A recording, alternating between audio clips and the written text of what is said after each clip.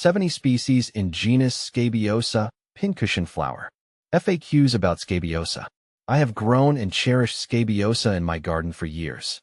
Here, I'll share my insights and answer some of the most frequently asked questions about this beautiful plant.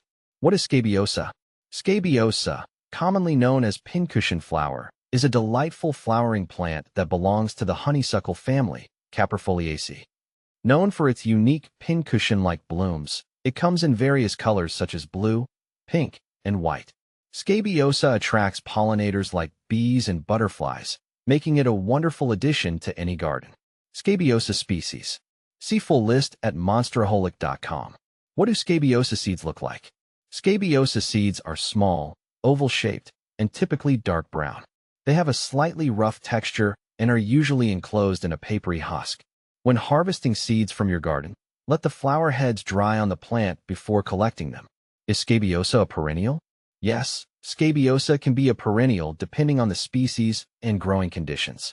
In my experience, varieties like Scabiosa caucasica, Caucasian scabious, are hardy perennials, while others, like Scabiosa atropurpurea, are grown as annuals in cooler climates. How to grow Scabiosa from seed. Growing Scabiosa from seed is relatively straightforward. Start by sowing seeds indoors about 8 to 10 weeks before the last frost. Use a well-draining seed-starting mix and keep the soil moist.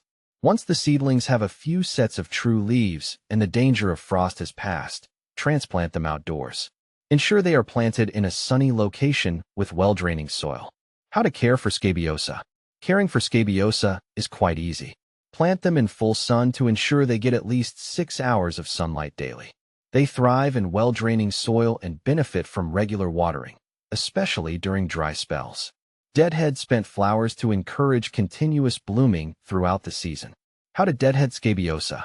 Deadheading Scabiosa is crucial for promoting new blooms. Simply cut off the spent flower stems just above the nearest set of leaves. This process not only keeps the plant looking tidy, but also encourages the production of more flowers. How tall do Scabiosa grow? Scabiosa plants vary in height depending on the variety. On average, they grow between 12 to 24 inches tall. Some species may reach up to 36 inches, making them perfect for the middle or back of garden borders. Is Scabiosa deer-resistant? Yes, Scabiosa is generally deer-resistant. In my garden, I've noticed that deer tend to avoid these plants, likely due to their slightly rough foliage. However, no plant is entirely deer-proof, and hungry deer might still take a nibble. Do rabbits eat Scabiosa? While rabbits can be a nuisance in the garden, they usually avoid Scabiosa. The plant's texture and taste are not particularly appealing to them, making it a good choice if rabbits are a problem in your area. Is Scabiosa poisonous to dogs? No, Scabiosa is not poisonous to dogs. It is a safe plant to grow if you have pets that like to explore the garden. I've never had any issues with my dogs and Scabiosa. Are Scabiosa toxic to cats?